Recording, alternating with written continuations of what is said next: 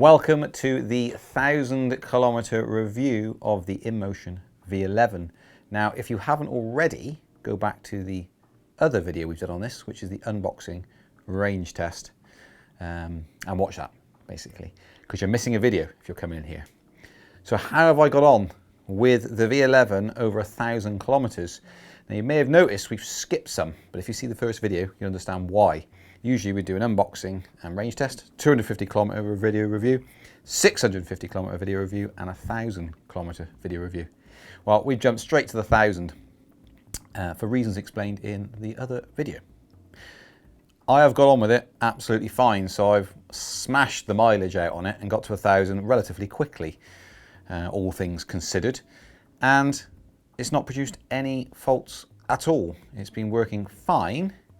There is a slight cosmetic issue with the mount, which is in here, and apparently it's a known issue. And we've had a couple of customers who've had this issue. With this section here, there's a little bracket that goes around a bolt. Well, this one's broken, but I know when I broke that, I lay it on the back seat of my car, and I saw that actually go. When I took it out, I was like, oh, this happened to me as well. The other ones have remained in place, so that's good. The only thing is, this one has gone, so that needs replacing. There's not a lot you can do with it. You kind of have to glue it back on with some really strong epoxy resin type stuff. But really it just needs replacing out this section here with a reinforced one, which InMotion are addressing. So that's one thing that's kind of gone wonky. But in terms of performance and everything else holding together, nothing else has come loose whatsoever. Everything else has been completely solid. No failures, nothing like that at all. And there's also a little snippet video I did of a little Easter egg hidden in the app, basically, where you can get the top speed to go up, which not that you should ride at maximum speed everywhere, but what it does do is it then allows you to bring the beep in later, depending on your battery level at the time, your state of charge. So at 100%, it'll give you, I think, 35 miles an hour top speed. And then as you go down, I saw when I just checked randomly at about 60%, it was giving 33, I think 34 miles per hour top speed. But of course the beep then obviously is higher, cuts in higher, so you can ride at a more stable speed, especially if you're following traffic and things like that. It sits that a lot better. In the sort of traveling along the streets and things like that, so in a lit environment to a degree with street lighting at night, this light works really, really well. And as I pointed out in video 1, at pitch black, where there's literally no light, nothing from the moon, nothing from street lighting, no other cars on the road, and it's pitch black, and you're in tight country roads, this is not the best front light ever.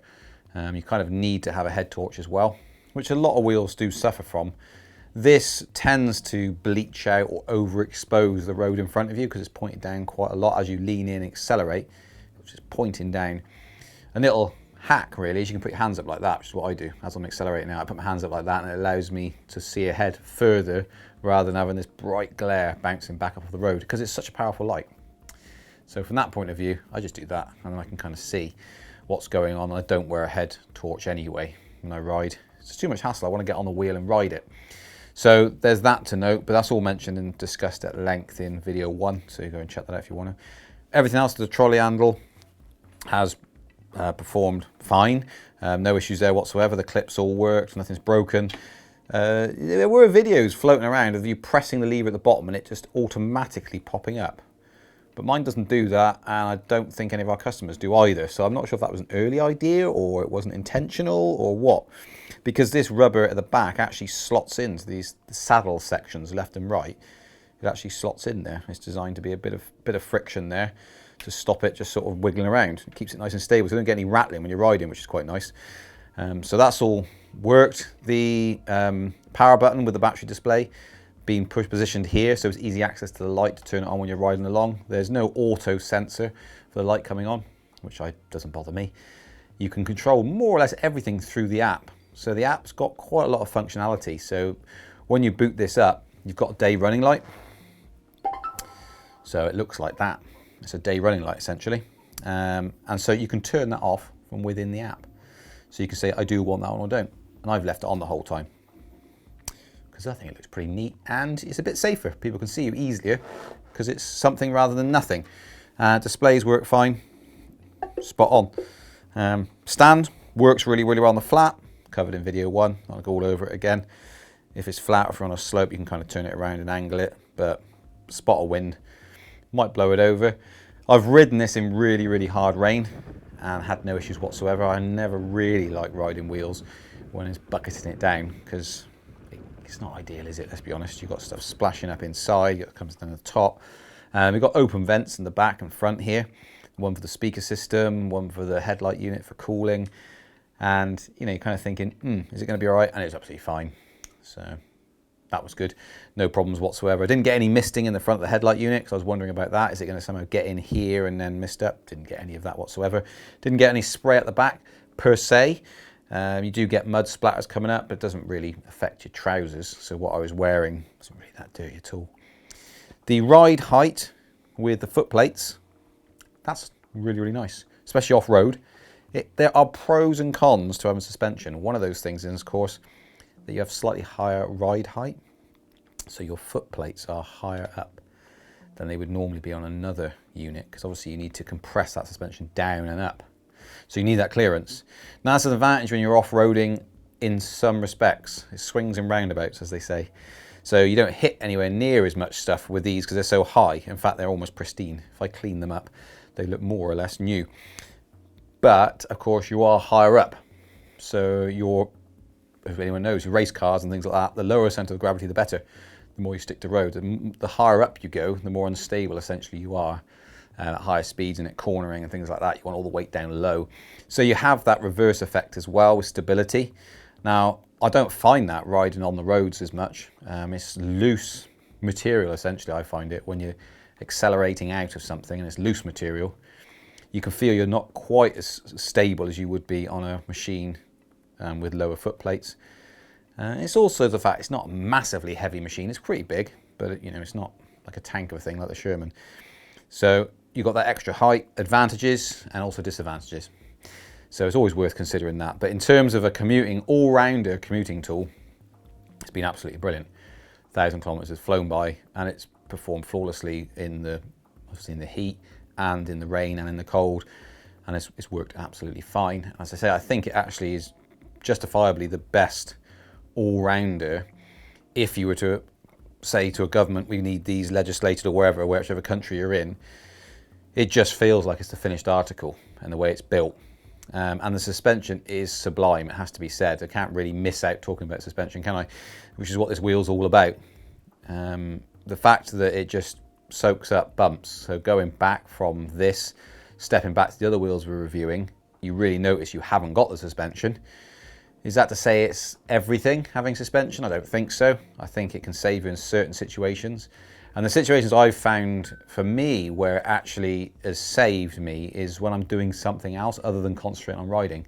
So if I've got camera equipment out or something like that, or we're dealing with the drone, we're doing filming, and you're not quite focusing, you might be looking up here and you hit something. It's the unseen obstacles that you hit where suspension cuts in. That's really where the majority, like I'd like stack 90% of its bonus feature sort of attribute to it, that would be where I stick it, is with the unknown things that you hit. So when I'm genuinely riding, should I say, I find that you're looking ahead anyway, and you're bending your knees and you're compressing and you're doing all the work you should be doing without a wheel with suspension. But it does save your life in other situations. So if you're not concentrating fully, which you probably should be, to be fair, it's a godsend, really. It works really, really well. So I suppose at the same time, you could say it just makes everything smoother.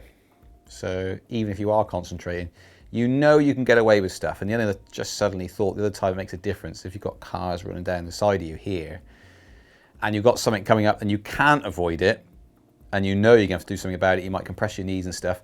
So I've had it with drainage, so drain covers, and where the road's sort of gone wrong, it's dropped down and it's quite a big dippy. And you think, I'm going to have to hit this because I've got nowhere to go. I've got a pavement, I've got cars or buses or lorries or whatever. I'm just going to have to hit this. And that just takes that kick out of it. But for me, it isn't everything having suspension. It's not like, yes, you must have it. Everything else that doesn't have it is inferior, because I don't think that's true. There's pros and cons to it all, basically. But if you're looking for an all-rounder and a commuting tool, this is definitely worth spending time researching videos like this and other videos around.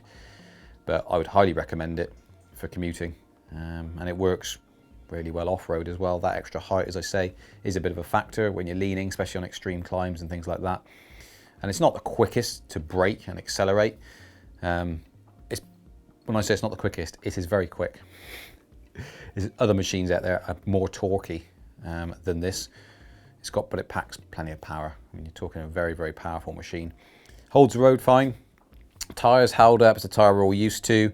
I've had no slippages or anything like that. It's handled cambers quite well, despite the height. Again, that's where an issue can come about with the extra height is on cambers. That's actually held up quite well. I found on the KSS 18, if I hit cambers, that's another suspension wheel if you don't know, hit a camber, it tends to slide out because of the extra leverage, because of the extra height pushing you out. I didn't really find it on this, and I think that's probably down to the tyre more than anything. So rather than the mechanics of anything else. Worked brilliantly. So this is actually already sold. So it's going. Done 1,000. It was promised. They're coming to grab it in a couple of days' time. So it's very sought after. They've done very well for us. Little niggles with the connections here on the saddle. As I say, depends when you're watching this video. It more or less resolved now. They've got the parts made up. They're en route to us, or should be soon. So yeah, check the date of the video out, because all new units are fitted with the updated ones anyway. But to me, only one of those is gone. So yeah, and I lost the cap under here, as I said in video 1, but I haven't had to touch the suspension at all. It's remained at the same pressure, and the ride is just sublime. So yeah, I hope this has helped and given you some insight into the InMotion V11. If you've got any questions, comment below. Don't forget to subscribe and hit the bell icon so you get notified of our videos when they pop up. And check out electricpeople.org if you're not already on there. You know, we're at 740 members, something like that now, running on there, uploading their pictures and videos and questions and things like that. It's a great little community. So pop along there. That's where all our content gets uploaded to first, in terms of pictures and behind the scenes stuff. So get along there, check that out if you haven't already. Yeah, and I'll see you guys on the next one. But for now, that's the end of the InMotion V11 reviews. We've come to the end of it. 1,000 kilometers traveled in a short period of time. I'll see you on the next one.